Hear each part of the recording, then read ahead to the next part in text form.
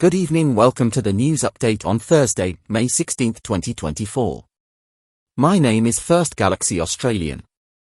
News 1, Peter Dutton has promised to cut permanent migration by 1/4 in the short term in a populist budget reply largely mismatched with the scale of fears he has raised over net arrivals.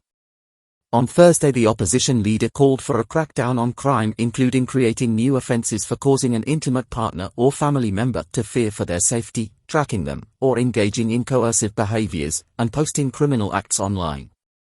In a speech offering bipartisanship on cost of living measures but cuts to the Future Made in Australia plan, Dutton argued that Labor had made life so much tougher for Australians and set our country on a dangerous course.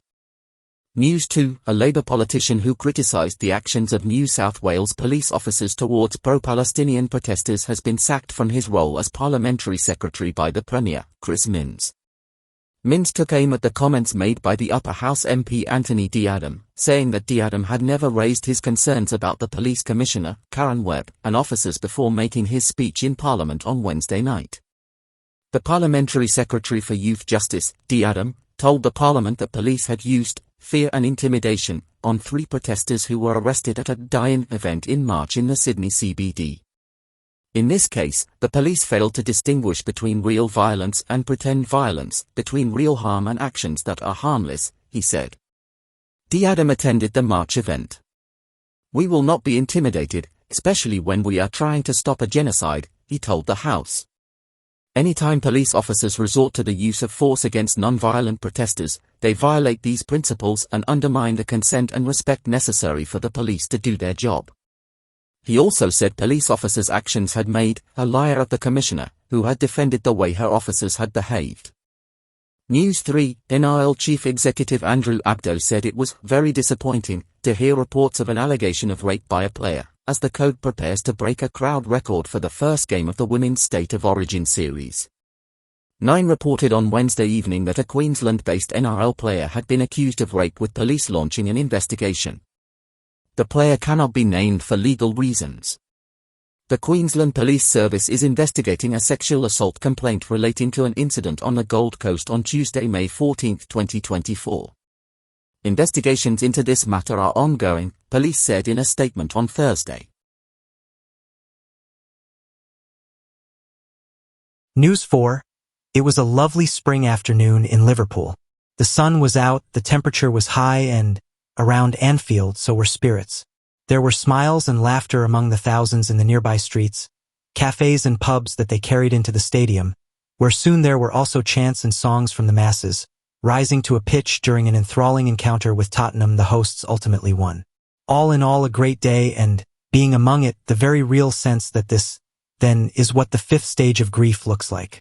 Because acceptance is very much the mood among most Liverpool supporters when it comes to Jurgen Klopp's impending departure. All were shocked when, in January, he announced he was going at the end of the season, and each, in their own way, has gone through the various phases of losing a loved one in the following 4 months.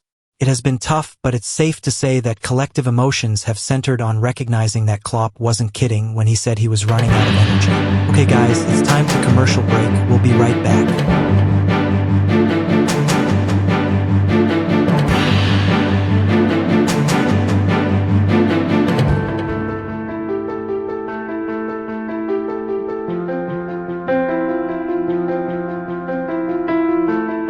Good evening, I'm First Galaxy Australian, also known as Best Galaxy Australian, starting Friday Sunday at 8:30 p.m. on FGABN to K10 channel, and or these fan-made channels. After few many months, we decided to return the BGABN, so that's all. See you a Friday.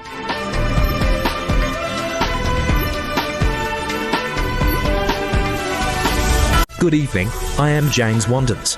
Starting Friday Sunday at 8:30 p.m. on FGA to K10 channel and or these fan-made channels. After few many months, I decided to return BGABN Season 3. Stay safe.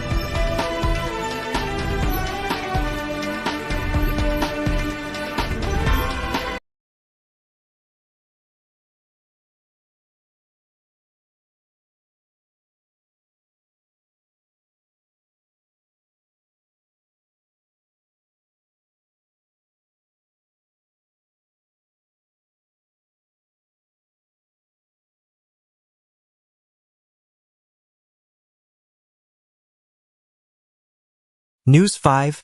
Former AFL player Sam Fisher has been handed a maximum 5-year and 4-month prison term after pleading guilty to 6 drug offenses. The charges include trafficking a commercial quantity of methamphetamine, cocaine, and 1,4-butanediol and 3 counts of drug possession. The former street killed a defender was arrested by police in May 2022 for trafficking 996 g of methamphetamine and 82 g of cocaine from Melbourne to Western Australia. Fisher had picked up a range hood from Harvey Norman in Moorabbin and then delivered it to a Melbourne patisserie, with the drugs inside.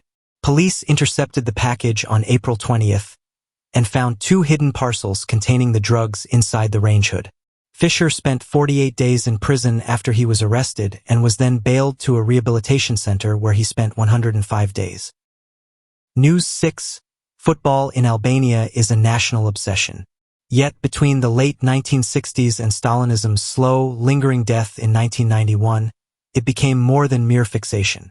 In a country where the 1967 rewriting of the Constitution denied people their freedom of faith, football became the new religion, with pilgrims from Gjirokastar to Shkodër, Lezhë to Sarand, filling stadiums every Sunday afternoon in worship of their new, auxiliary gods. In those moments of ordered chaos, Albanians appeared free from the trials and injustices of their moribund, regime-subscribed lives, transported via the vehicles of football and shared human experience, to a higher plane, a vista of harmony and liberty. For the well-briefed football fan living in Tirana, preparations for match day began on a Wednesday afternoon. News 7. The Matildas will get another chance to thrill local football fans on home soil with Australia, named as the host nation for the 2026 Women's Asian Cup. The decision was confirmed at a meeting of the Asian Football Confederation, AFC, Executive Committee in Bangkok on Wednesday, after Australia was the only member nation to submit a bid to host the tournament. The 2023 Women's World Cup, co-hosted by Australia and New Zealand, was a huge success with the Matildas making it all the way to the semi-finals before losing the 3rd-place playoff to Sweden. The AFC's Women's Football Committee made a strong recommendation for the 12-nation Asian Cup to also be held down under for the 2nd time, and the Executive Committee agreed. We are profoundly honored to host the 2026 edition of the AFC Women's Asian Cup, Football Australia CEO James Johnson said in a statement. This decision reflects the global football community's confidence in our capability to deliver outstanding events. Following the resounding success of last year's FIFA Women's World Cup, we are eager to create another tournament. That's all, guys. Tomorrow for BGABN Season 3 will move to a new time from 5 p.m. to 8:30 p.m. We have pleasant your day. Good night. See you tomorrow.